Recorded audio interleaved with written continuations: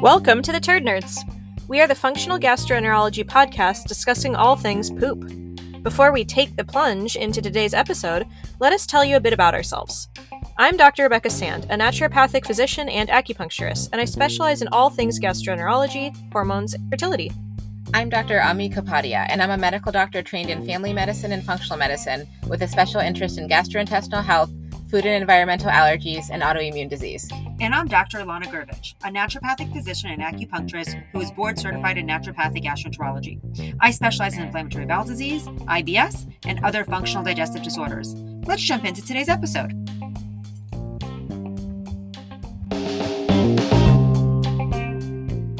The following discussion is for educational purposes only and not intended to diagnose or treat any diseases or conditions. Please consult your doctor before incorporating any of this information into your care. The information presented on this podcast is not medical advice. Hi, everybody. Welcome back. Today, we are diving into part 2 of our food and environmental allergens and IBS presentation. I am super excited because last week, Dr. Kapadia dropped us on a cliffhanger of now we know we need to look for this other thing that we never knew about. How do we test for it? How do we treat for it? Okay, Ami, dive in. I'm ready. Okay, so we talked about testing for food and environmental allergens last time, kind of scattered throughout. So I want to do a brief recap of that, and then we'll jump into treatment. So basically, my favorite approach to figuring out food sensitivities is the elimination challenge diet, which we did talk about some. My favorite resource is a book and a program by a nutritionist, Tom Malter. Have you heard of him? You haven't heard of it? I feel like you probably know his book. What's it called? There's the whole, I think it was Whole Life Nutrition cookbook, maybe something like that. But now there's the elimination diet book itself, and he and his wife run a program. They're Bastyr grads. I think so. That is one of my favorite cookbooks ever. Yeah. It's such a good cookbook, actually. They're really good, and so they kind of walk you through how to do that. And that's really the gold standard for figuring out food sensitivities. We did talk about IgG food sensitivity testing and how that has pros and cons, false positives, false negatives, but I do use that sometimes and do find it helpful. You want to go over it with a practitioner who's looked at hundreds of them because it can be confusing for patients. You have to know it's definitely not 100% accurate.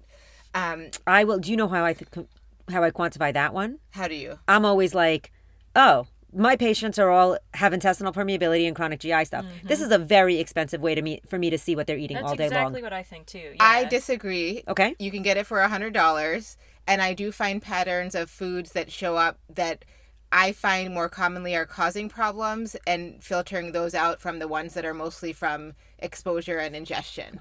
How do you differentiate it? Yeah, exactly. Well, it's basically the foods I have people go off on an elimination challenge diet, the gluten, dairy, soy, corn, egg, yeast. Caveat, gluten you can't tell from an IgG food sensitivity test, but if any of those other ones show up, those are the ones I tend to focus on.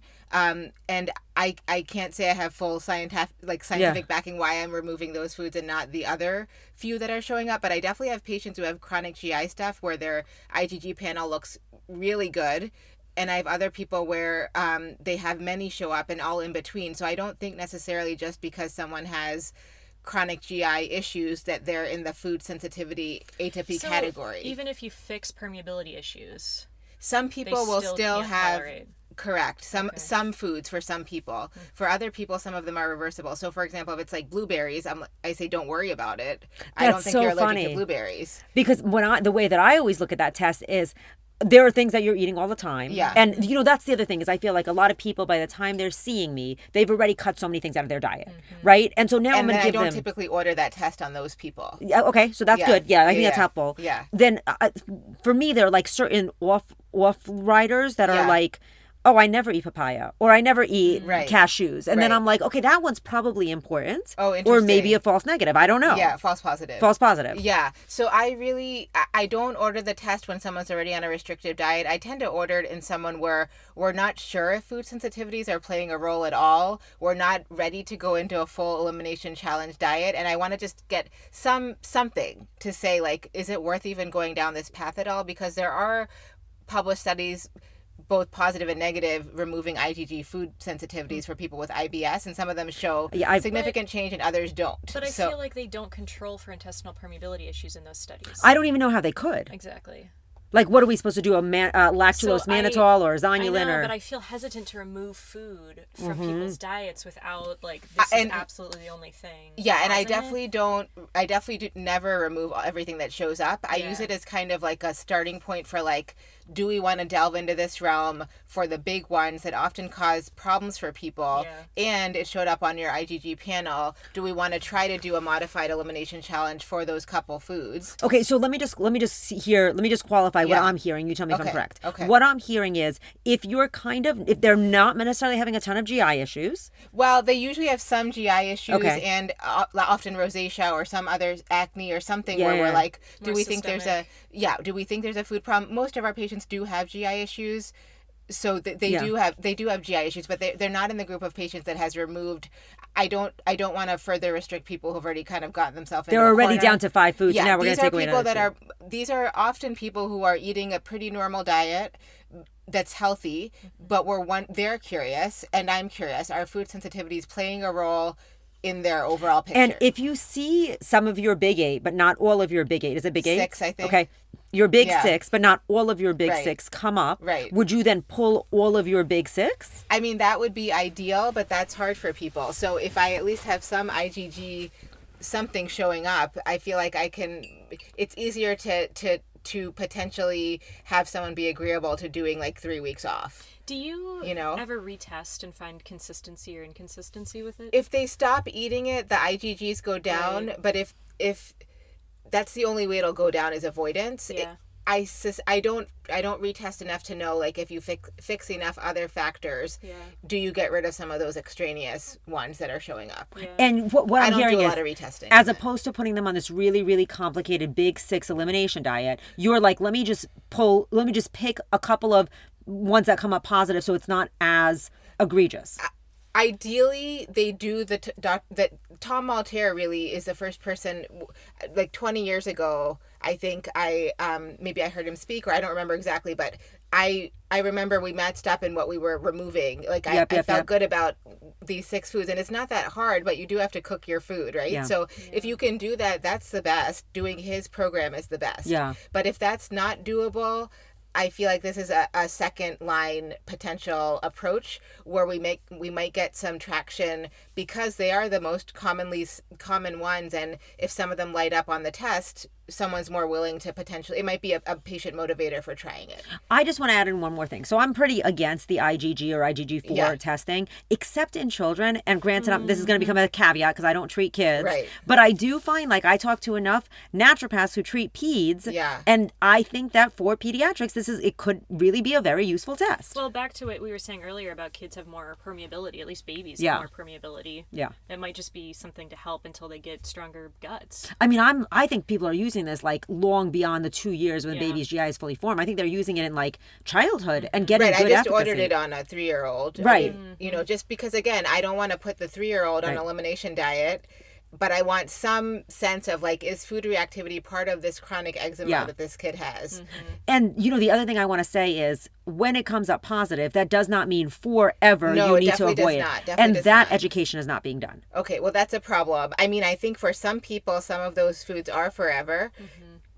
It's always their choice if they want to have the symptoms or eat the food. I think for other people, often my patient population will identify 1 to 3 big food triggers for them. We've talked about gluten, dairy, egg are the most common. We find tend to be problematic, corn and soy sometimes. And often they can eat it. One of the tricks I learned from one of the environmental medicine doctors I trained with was you can kind of trick your immune system if you remove it for a period of time and only eat it once every 3 to 7 days. Then, you eat generally well at home. You go out to eat, you don't have to worry about it. So you don't have to kind of get yourself in the stark corner, So, but for other people, every time they eat something, they are not going to feel good, but they can then make that decision if they want to do it or not. And I also will say, like, so I have this whole thing with my younger baby where I stopped nursing him. I was making him a homemade almond milk formula, and then we all got noro. Oh, man. And it was awful. Yes. I mean, it was yeah. like the worst diarrhea ever. It lasted for like 6 months. It was awful. But he has been super intolerant to almonds. Oh, and no. every time he eats them, he I gets... consume so many almond Dude, products. the farts that he lets out, like nobody, it's not worth it for anybody. Still? So for 6 years, I would like put it in like once or twice a year just to check every time. Terrible gas. Okay. 7 years. It took 7 years, and now he can tolerate okay, almonds. good, because probably doesn't have intestinal permeability anymore. Maybe because all he eats is protein. Forgot about. But I think it took time. Yeah. And I would like put a foot in, put it out, pull it. And That's what you want to do. Yeah. I mean, as long as it's not an IgE reaction, I encourage people to test every so often. I do find eggs show up a lot on the food sensitivity panel and people not have a reaction to it. I know amongst my approach, that's the one food I often... they're very compliant. They do the whole thing and they're like, I just don't feel any different when I eat it. So I tell them, don't worry about it then. That means you're fine.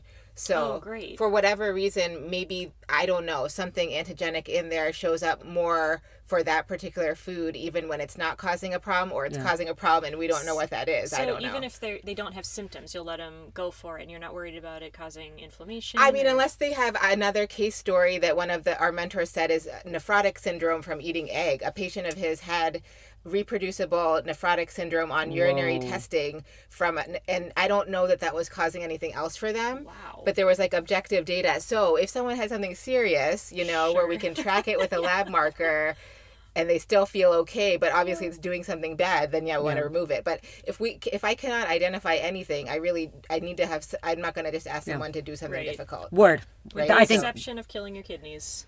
Yes. Have at it. That's very diagnosable. That's a very interesting case, yes, right? I would say yes. Okay, so we talked about IgG testing. So now, for environmental allergens, we talked about how, as sort of general practitioners, I do like to start with an IgE inhalant panel because it's something we can do. Which is the Region 17, I'm pretty sure. Yep. Quest or LabCorp, generally covered with insurance. Knock on wood, no problems yet. And so I'll run that on patients, and if that's negative, like we talked about, for various reasons we discussed in the last episode, and I'm still worried about inhalant allergens because they tell me they seem allergic, then I'll send them to the allergist for skin testing for environmental allergens. So that's how I talk about food and environmental allergens that we think might be affecting their GI symptoms. This is kind of like my last question, but do you get overlap between the skin prick and what you're getting on that blood panel? It's a good question. I've had some patients who've done both. There is overlap. It's certainly not 100%. Yeah. So that's a good question, actually. Okay. So then let's talk about treatment. About time. Yes. Okay. Treatment. So, this part is always tricky because I feel like we need like a group class video that we should just make everyone watch about basic lifestyle tips. We've talked about with the Ayurvedic medicine course I'm taking, we just like we in America do very odd things sometimes. Like we have no historical culture for either food or maintaining health. Right. We don't. So you eat like a bag of nuts, okay, right? In Ayurveda, they're like, this is a heavy food. Yeah. Have a handful, for your snack. We shouldn't be eating like a jar of almond butter a day. Oh, good. It's not as good as peanut butter. But especially with good. the right amount of salt. Like that salt. Yeah. It's still not as good as peanut butter, but peanut butter has mold mycotoxins, I guess. I heard about that. Anyway. That doesn't slow me down. So we want to basically go over these basic principles in some format if we can. Try not to eat constantly throughout the day. Like eat Very a couple important. meals, eat a snack if you need it here and there, but don't just eat when you're uncomfortable like many of us do. Yep. When you're stressed, etc. One of our friends at work said, you can be uncomfortable. I said, what do you do when you're doing your charts? I just keep eating stuff. They said, it's okay to be uncomfortable. I don't like being uncomfortable. Yeah, me neither.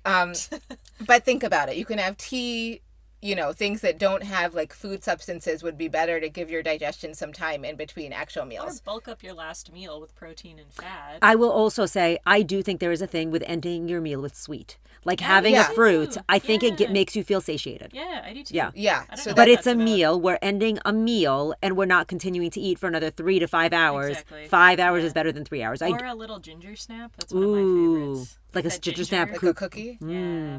Like an almond flour back gotta to these have a cookie. almonds. Almond flour ginger snap cookie. I'm gonna shout out to those. There's no cookie I don't like. Ooh, just as an aside, one of my patients was telling me she's making miso chocolate chip cookies. Yeah. I'm going to try this. Miso for the salt? Yeah. Oh, I don't know about Oh, that. I'm going to sounds try it. great. I'm going to try it. I'll get back to you. I've had miso caramel sauce. Ooh. That was pretty good. Now I'm hungry. Yeah. Okay, All we'll right. get on to treatment. So basics, we want to do a generally unprocessed diet as much as we can. Obviously, we all eat some processed foods, but the bulk of it, whatever you can, ideally non-GMO organic if you can. Try to not be super rushed when you eat, which can be hard when you're seeing patients and such. Filter your water if you can.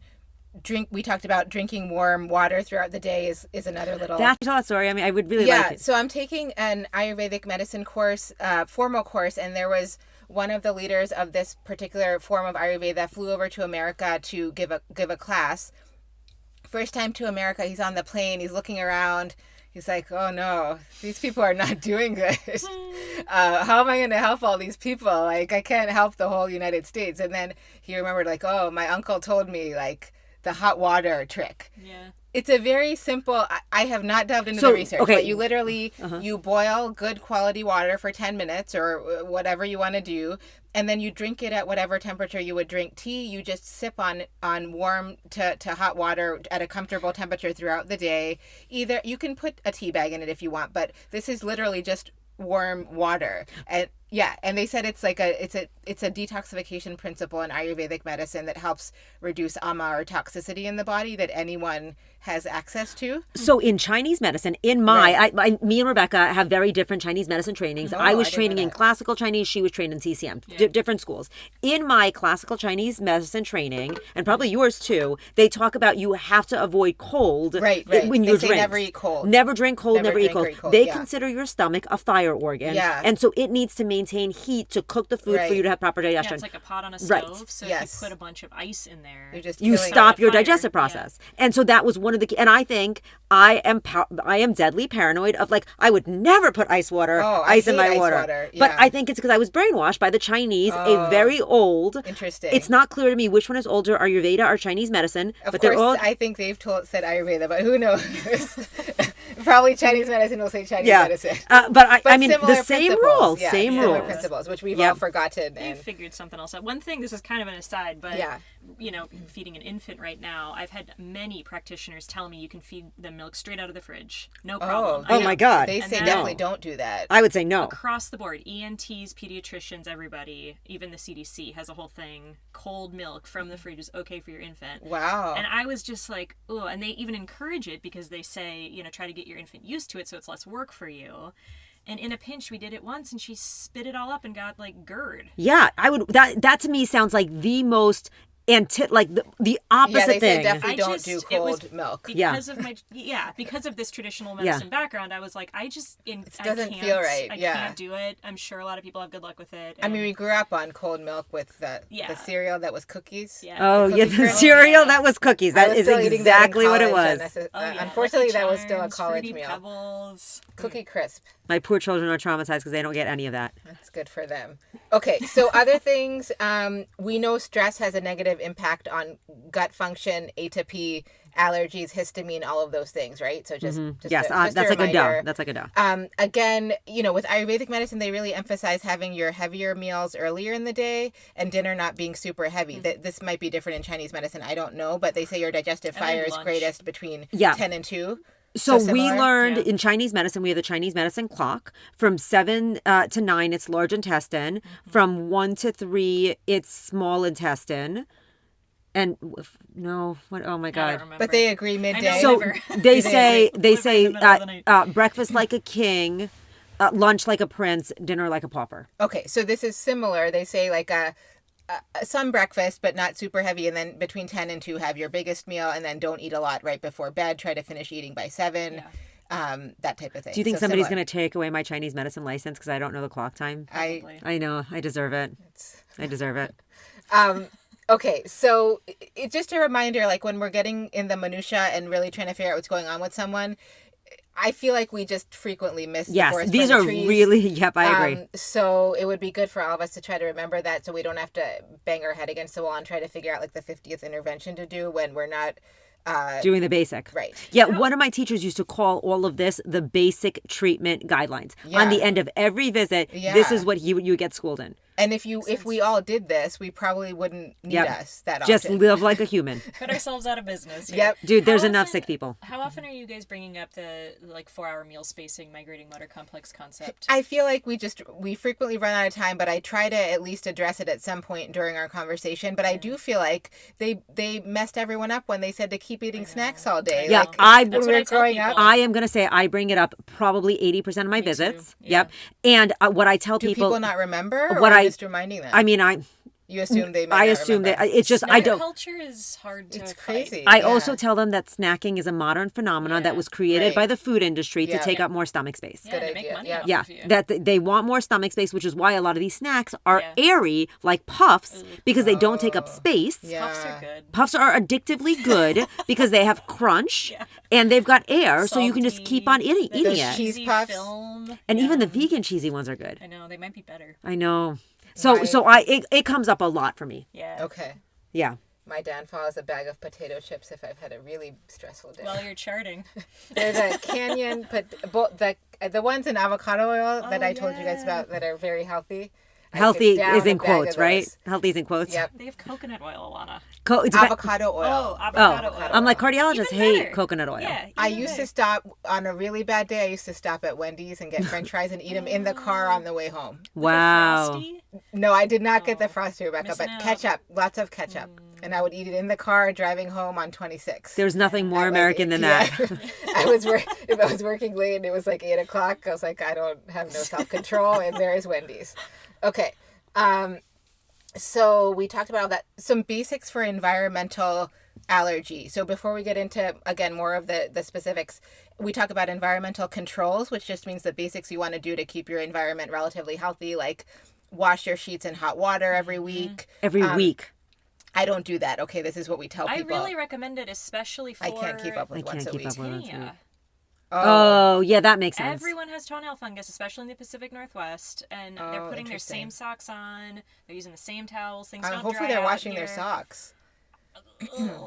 Okay, wait. You'd So be surprised how many people wear the same every socks week again. you are washing linens every week. Well, I have help. Oh, yeah, But yeah. I can't do it every week. I have patients that do it every And week. towels. Lamisil works great for the toenail fungus for people. So I actually, don't- you know what I think works even better is DMSO fluconazole topical Yeah, agent. I don't think that works as well off the bat. I feel like I give the medicine and then I order that after. Huh. So Also, selenium sulfide shampoo Ooh. as a foot wash. Ooh. this is all too involved. Yeah, We we're just- we way straight- big yeah. tangent here. We straight off No, the gut. this is, I mean, this is too involved of a treatment than taking Lamisil. But I yes, think if they'll do it. I support washing sheets on high heat. Okay, yes. Patients get confused about that because sheets will say wash on cold. Oh yeah, no. Oh. High, I So- have them wash it in hot water, dry it in the dryer on hot. Yeah. And then other basic things like dust mite cover, super easy. Oh. Yep. Ideally, no pets in the bedroom, but my everyone who has a pet says you can't really control that. You can't. Yeah. They're so cute. They're If so it's not cute. your allergy season, open the window a bit in the bedroom for ventilation. If it is your allergy season, maybe don't open the window. So those are just some basics. And then air for- filters, what's your thought about air purifiers? Air filters are great for the bedroom, and I've seen them make a significant difference for some patients with their sleep quality, fatigue the next day. Because dust mites are everywhere. So if it's like, we're not associated with any of the brands, but do we name the couple brands that Yeah, we recommend? Okay, I think that's fine. So Austin Air is great. It's a little bit pricier. The one we have in the Blue Air. I like. It's very economical, and people can get a small unit. There's lots of other ones like IQ Air, and there's one called Air Doctor that is really good as well. So I think that can be really helpful in the bedroom. What are your thoughts about plants? It's a good question. If someone has mold allergies, it's not ideal to have plants that are going to be soaking in wet water in their home. But if it's not in their bedroom and they really like plants, I don't tell them to. Okay, they so have I to just get want rid to of say it. that my husband, who has like the greenest thumb ever Yeah. for home plants, he says if they're soaking in wet water, you are not properly You're potting overwatering that, them. and you're not Sure. properly potting that plant. That's probably true. Yeah. But it's going to be damp soil in the house. So, right? It's going to be Well, a little so bit usually damp. I know what he does is he puts like a layer of rocks on the bottom, underneath. and Okay. then soil, and then the plant, so everything gets drops soaked out up. of the rocks. Okay. Yeah. And then there's also an underplate that catches everything to drip away. Gotcha. I don't as a standard, I don't recommend people remove houseplants because they have other benefits. Totally. But if they find it's bugging them or whatever, keep it out Get of it the out of the bedroom. bedroom, Yeah.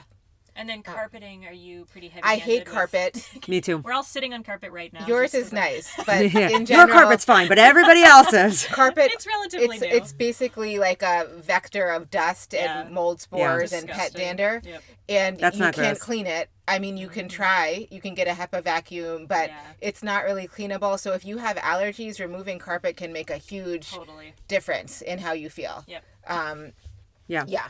Okay. So then we'll get into pharmacologic methods next. Okay, great. So I want to talk about this study from the 1980s that I found, which was really nice. They compared, we're going to extrapolate some information, but they had 4 different protocols for 80 patients who had urticaria or angioedema from certain foods. So we know not everyone who has food sensitivities has that severe of allergy, but I thought it was an interesting study because they did have, documented manifestations from food exposures, and I wanted to see what worked for these people. They're not like fully anaphylaxis. They're not just food sensitivity. It is a serious reaction, but I thought it was interesting because of the different protocols they compared. So what they did was they treated these patients for 4 to 6 weeks with various interventions. And they talked about how, of course, you want to avoid the foods that are giving you this significant of reactions, particularly angioedema, of course. Urticaria, I have a lot of patients where they don't know exactly what's causing the reaction. It might be a food sensitivity. So if patients have something like urticaria, for example, that's more in line with what we're kind of dealing with, like food sensitivity, possible related symptoms that are kind of hard to identify, and what medications might be helpful. I'm extrapolating that to people with like skin manifestations of psoriasis. Or any food, basically any sort of difficult to figure out reactions from foods. I'm kind of like using this study to say, okay, what medications might be helpful. Can I, in your experience clinically, what's the delay in like a person eats a bunch of eggs and then they get a psoriasis flare? What's the timing? The problem is with psoriasis or with psoriasis in particular, they basically are off. They're just having symptoms. So it's hard to tease out, which is why we don't, especially this is allergy and pseudo allergy.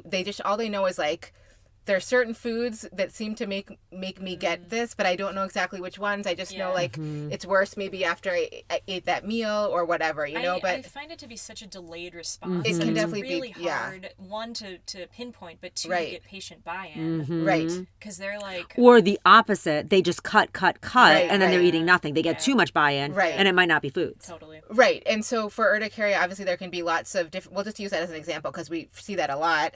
And for that, there can be, many different triggers, but foods, I do have patients that come in thinking foods are part of their problem, but they just don't know which one. So they talk about in this study how you can use medication as a preventative as well as a treatment, obviously, in addition to avoiding whatever you can identify. And they looked at cromolyn, ketotifen, H1, and H2 blockers. Those are my 4 favorite histamine agents. There it is. So overall, they found H1 blockers didn't really differ from placebo in this sort of urticarial manifestation as far as changing that response. Okay, H1 blockers, this is like Allegra, Claritin. Yeah, okay, those which are we brands. don't typically think of as, always, helping with urticaria or gut stuff, but sometimes they do.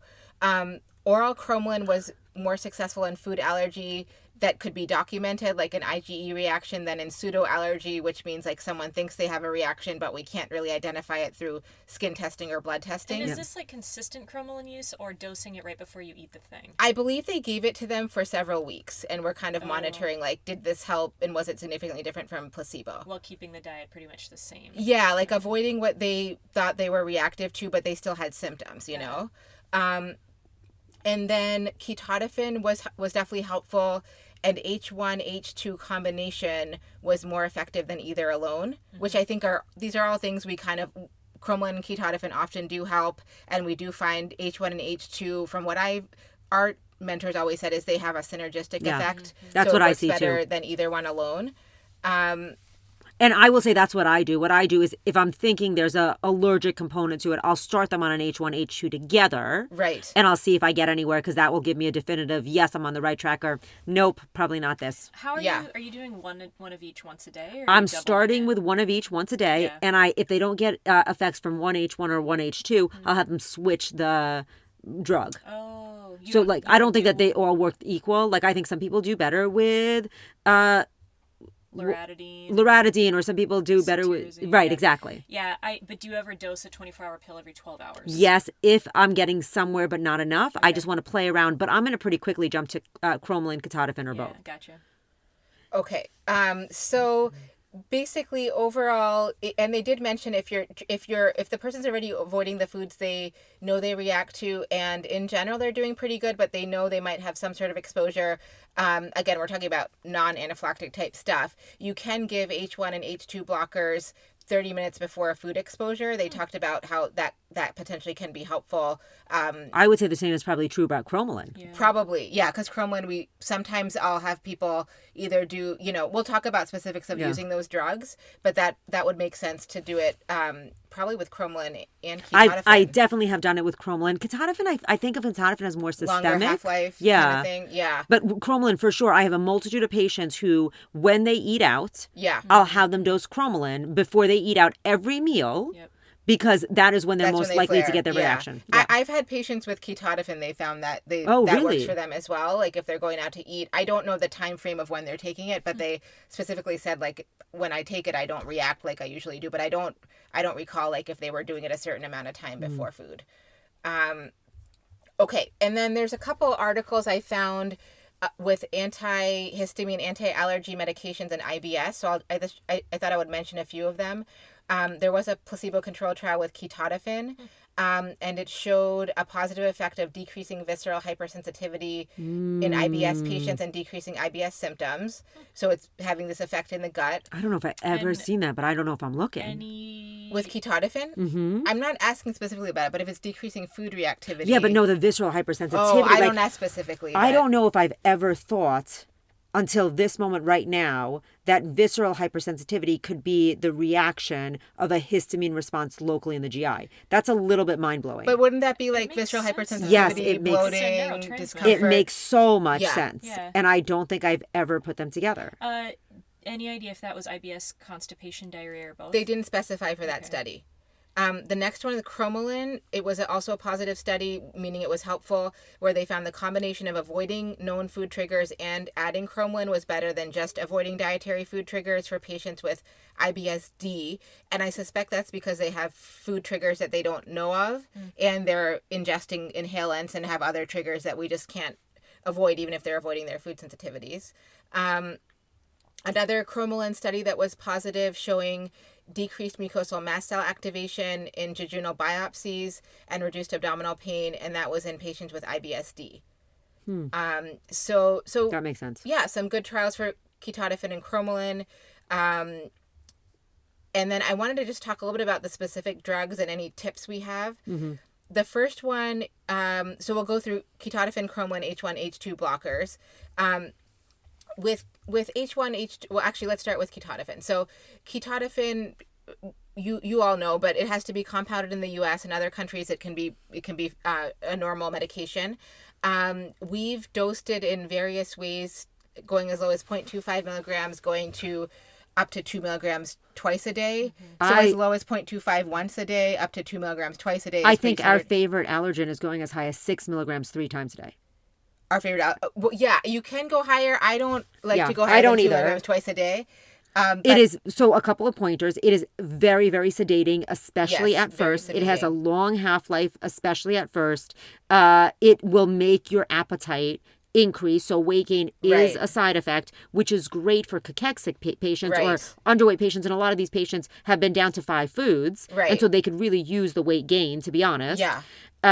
It is also, for me, in my personal experience, just a little note, when I get very, very stressed out, like when my cortisol is revving and then I get insomnia, because I get insomnia when my cortisol is revving, ketotifen can always reset that. Yeah. Because histamine is the byproduct of cortisol. Totally. Right. How long are you holding people at a dose before you'd increase? It depends on it's so annoying because there's no way to predict who's going to tolerate what dose. Mm-hmm. So I often will start at 1 milligram and give them instructions for what to do based on their response of either going down on dose or going up on dose, because you can empty out part of a capsule. Sure. That way we're not like fiddling around with 0.25 milligram caps from the beginning, unless they want to, because you can always empty out a quarter or half capsule. I start at I do the opposite. I start at 0.25 because when I started taking it, the 1 milligram knocked me the hell out. Do you dose it first at night? I dose it at night because I think then it helps with their sleep and it's pretty sedating. So I start at 0.25 milligrams and then I have them work up. Usually if they're getting some effect but not enough, I feel comfortable ratcheting it up by a quarter of a milligram each time. And like probably every 3 to 5 days. Yeah, the challenge is, so some people might need 2 milligrams, and then it takes, so I've gone back and forth, like, what to start with, because then they might lose interest by the time we potentially could get to 2 milligrams. Right. I would say I have maybe 25% of the people I try it on want to stay on it because it really helps them, and they can be functional on it. For whatever reason, a lot of my patients, the sedation becomes... is too much of a problem. Oh. No, for the majority of my patients, the sedation is too much of a problem, whereas other doctors I've talked to say that it's not a problem, and I don't really understand what is going on with that. You might have a sensitive population. That could be why. I also do think people do develop tolerance to it. That's what I was going to ask. Yeah, if you ride it out long enough, right? Yeah. But then if you stop it and restart, you have sedation again. Yes, Wait, absolutely. You mean tolerance to the drug? Yes, like to the sedation. Oh, okay. Yeah. They don't get as tired with it. And then if you slow it down, if you discontinue, you need to kind of start at the bottom again because that tolerance goes away. And then a lot of our patients have fatigue, and then we're like, is this making your fatigue worse? I don't know. I've been on it. And then you have to, stop it and try again. I do have this interesting chart of brain histamine receptor occupancies of various antihistamines, and ketotifen is second to the most of occupying brain histamine H1 receptors, only second to chlorpheniramine, which is the over-the-counter, I believe, chlortrimeton, I think. Wow. Right by hydroxyzine. So ketotifen is that's why it's super sedating. It's getting, it's affecting brain histamine right receptors. by do either of you use hydroxyzine? I've had a handful of patients where it helps only a lot. for sleep. I've had a couple patients where it helped their food sensitivity. The hydroxyzine. But I was prescribing it for sleep. What dose? Because the dose is 25. It was like 25. Is huge on that. Yeah, it was 25 or 50. Okay. That we're taking at night. Dose at night. Yeah. You can give it during the day for anxiety as needed, and we used to do that a lot in regular medicine. But you have to be amped, or you're gonna fall asleep.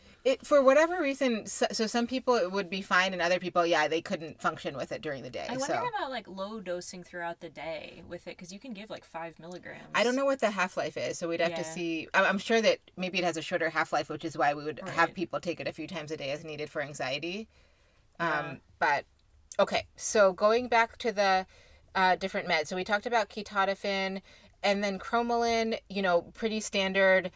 I usually tell them to start 1 vial 4 times a day in their water bottle, which has to be an opaque water bottle because it's light sensitive. And then if they're not having any improvement after a week or 2, I have them go up to 8 vials a day, because I told you about the patient I had where 4 vials a day did nothing and 8 vials a day reduced his EOE symptoms by 50 to 75%. So I would push it to the 8 vials a day. It's very safe. If it's not covered by insurance, it's cost prohibitive. Yep. Some people react to the plastic vials it comes in, so then you can get it compounded, but it is pricier than ketotifen. The compounded product doesn't dissolve well in water. It's a little trickier to use, so you can take it as a capsule, but if we're trying to treat EOE, obviously it depends where you're trying to get the medicine to, what part of the GI tract. Do the best you can. You're right. So I typically will see if the commercial version is covered and works for someone. If it doesn't, I've had an occasional patient where they want to stick with the compounded. Are you seeing it covered for like a formal diagnosis of EOE? No. It doesn't have to be covered for, it's usually the insurance. It doesn't matter what the diagnosis is. Okay. Yep, totally. That's exactly what I found. And I will also say, just as a little hint, GoodRx is pretty much, it's either GoodRx or Costco, and it's worth comparing because GoodRx changes their prices almost daily. So there are certain places that are cheaper at certain times. Wow. So they should just do a quick search. It becomes annoying because then you have to change their prescription. Right. But it's either GoodRx or Costco.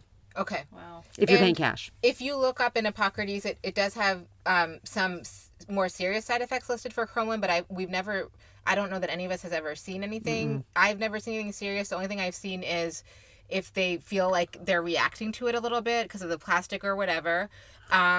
That's really I feel like that's the only side effect I've seen in anyone. What are the ones listed? Pancytopenia and Yeah, there were some weird ones listed. Allergic reaction, obviously pancytopenia. Common ones were listed as headache, diarrhea, abdominal pain, rash, which I haven't really seen. I've seen some of those. Okay. Yeah. Weird. Headaches Higher especially. doses? I've seen headaches especially. That's a great question. Yes, I think the person that I'm thinking about had headaches. She had to discontinue it. She tolerates ketotifen great, but she had to discontinue her cromolyn, and it was because it caused headaches. She's also a headache person, which I put in quotes, but it was enough to make it not doable. Wow. And she's also just a crazy mast cell person. Yeah. Okay, so let's talk about H1, H2 blockers. So I prefer to do, for H1 blockers, I prefer to do trials of fexofenadine and loratadine over cetirizine because cetirizine tends to be more sedating. And I do feel like there's been some potential for more withdrawal type rebound symptoms when someone stops cetirizine. But I have a handful of patients where that is the one that works. So we'll go to that, but I'll have them do trials of fexofenadine and loratadine first. Fexofenadine, 180 milligrams once a day. You can go higher, but I don't love to do BID dosing. You can though. Loratadine, I typically do 10 milligrams once to twice a day for that as well. And I'll have them try each one for 2 to 3 weeks. If there's no shift, I'll have them switch to the other one. If neither of them do anything, then I'll have them do the cetirizine trial. And then we just talk about looking out for, excessive dry mouth, constipation, urinary retention, which would be really rare in sort of middle-aged population, but maybe more concerning in older people. I don't recall anyone. I've seen constipation occasionally get worse. I haven't had anyone have the other I've seen side constipation get better.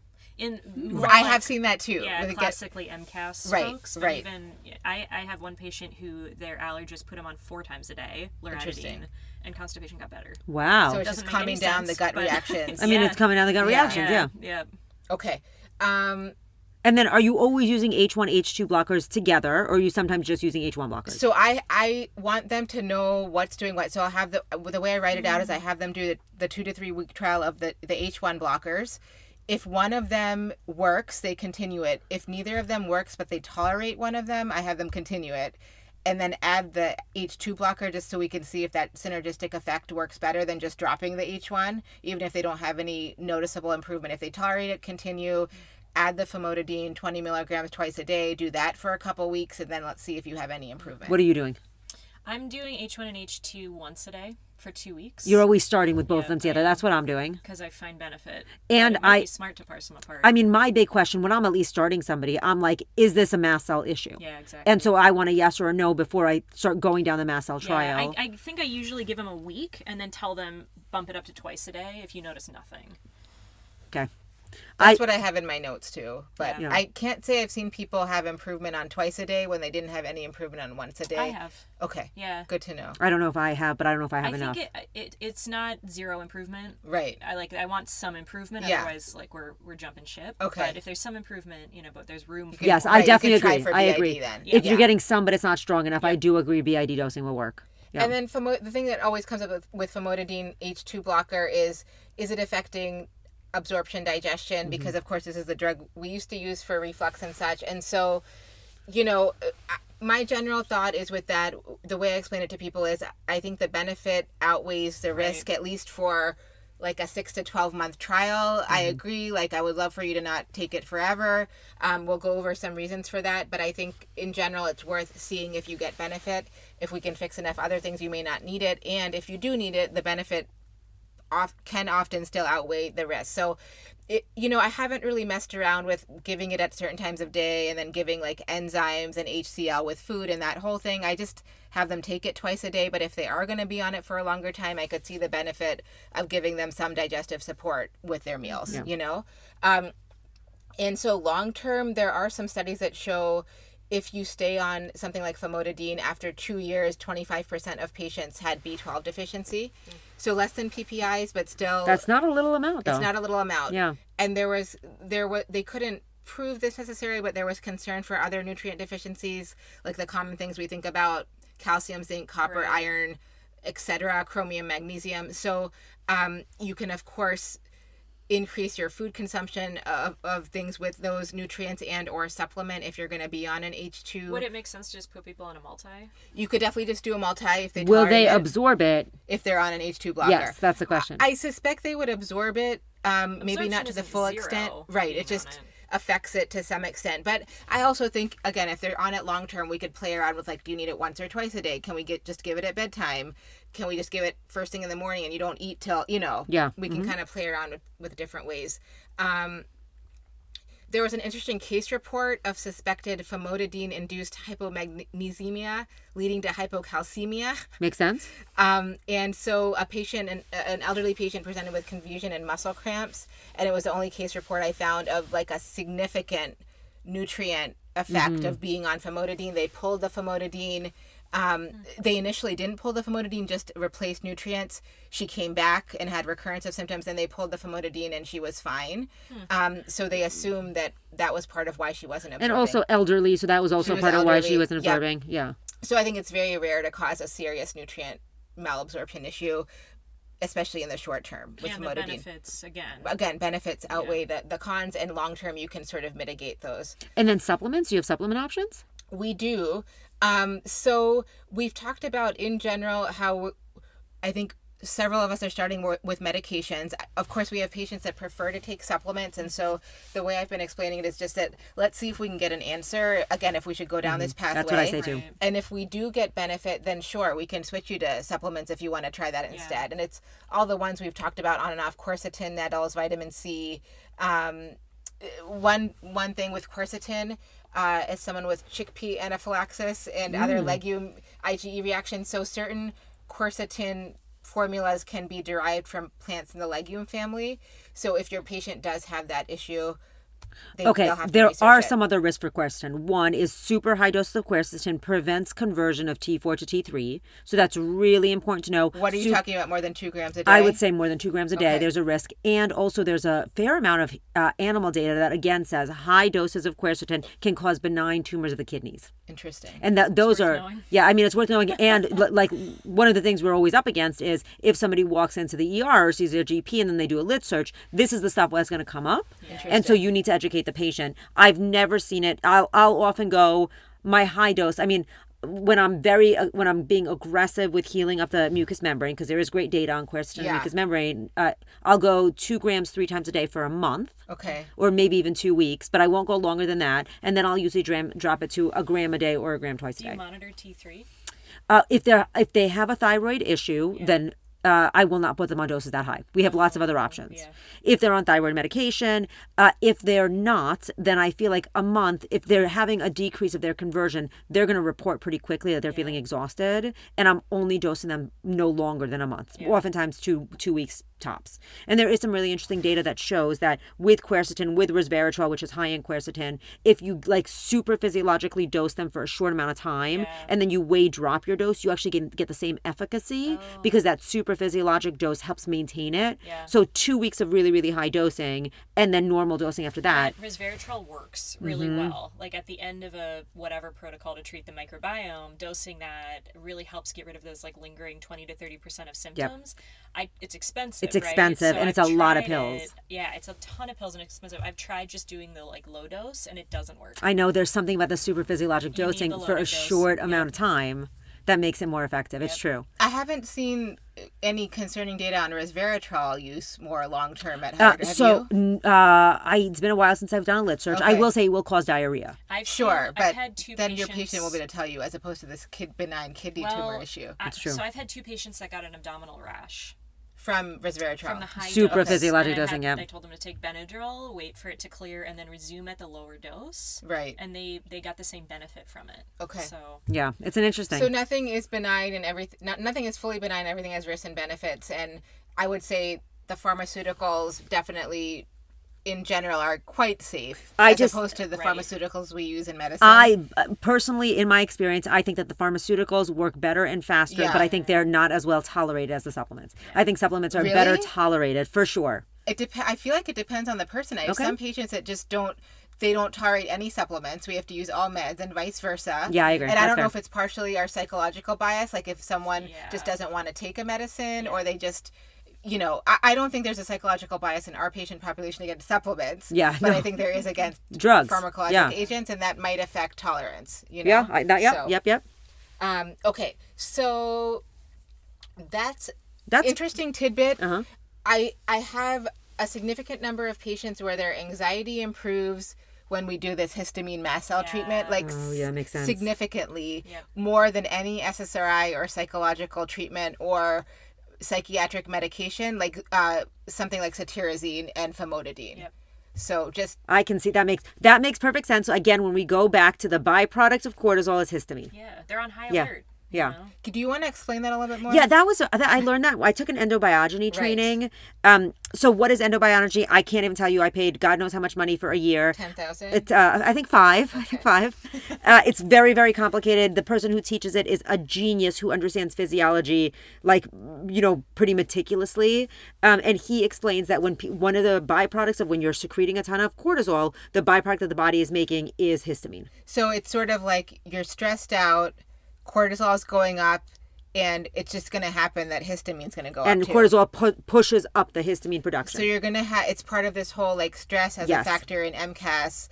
It's just a physiologic. Exactly. It's like a non-arguable result of the physiology. And, in my experience, when I am very aggressively stressed, the strongest mast cell stabilizer is the only thing that gets me to sleep. Right. Luckily, I don't have trouble sleeping. I've never tried hydroxyzine for myself, but I think I should. Really? No. Yeah. Winner. It's a winner. Okay, that was awesome. That was a ton. Can I give you my recap and then Dr. Sand gives me her recap and then you guys give us your recap in the future? Okay. My recap is food allergies. You use the food allergy testing. I don't, but that's an option doing the IgG. Not my number one. Not your number one, but 2. Also an option if you're trying to rule it in or out. And it's probably useful for or kids. Adults. Also, the other testing is sending them to an allergist to get the skin prick That's testing. for environmental mostly. You can do it for food, but I do it mostly for environmental. Got it. Okay. And other things is the treatments. The treatments are all of our favorites. The H1, H2, cromolyn, ketotifen, quercetin, nettles, vitamin C, DAO maybe. Right. Also, this is just a thing that you have to think about with your chronic IBS patients is it a mast cell issue and not a food issue this should be in our differential. Right. And we didn't talk about this today, but in the treatment part from last time we talked about, obviously, if they have a lot of inhalant allergens, thinking about immunotherapy with the allergist, allergy shots or sublingual immunotherapy could help decrease their overall load of things inflaming their gut. Turn down the volume. Yep.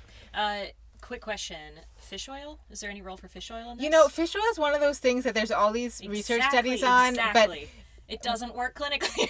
One of my mentors... It works for TBIs. Yeah, it works for some things, but I don't necessarily see it work for this. And one of my mentors had taught me that if someone has kind of a compromised GI tract, it's a very concentrated fat, and I wonder if they're breaking it down well enough to have it have the effects that it needs to have. I think there's definitely good data on cardiac disease and TBI and neurologic issues and mental health. Yep.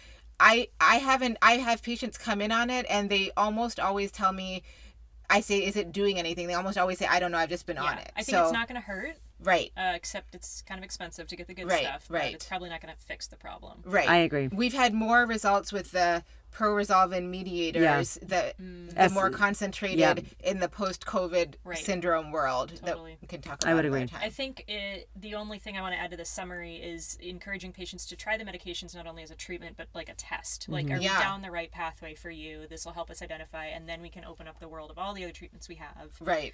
To just see if this is even the problem. Right. Yeah, I agree.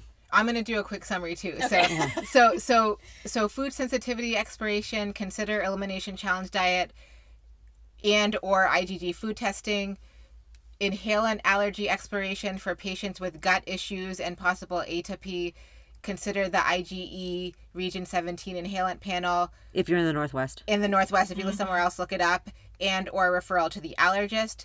Treatment, obviously avoid things that you can avoid, do environmental controls, follow the basics, do trials of the medications that have shown efficacy for reducing gut and systemic inflammation that we just talked about, consider immunotherapy with the allergist if it's appropriate to reduce your overall load. That was a way better summary than the rest of it. Well, it was a lot of scattered information, so She also did the presentation. I know. It was very good. It was very well done. And I'm just going to say. Get rid of your carpet, but keep your plants. As long as they're well. Yes. That would be. I would definitely prefer to keep the plants and get rid of the carpet than vice versa. Okay, noted. Okay. Awesome. Oh, awesome. Thanks, Avi. Thanks, guys. Thanks for joining us today. Stay tuned. We release episodes every 2 weeks. It's If you like this episode, please subscribe and don't forget to rate and review us to help spread the Turd Nerd word.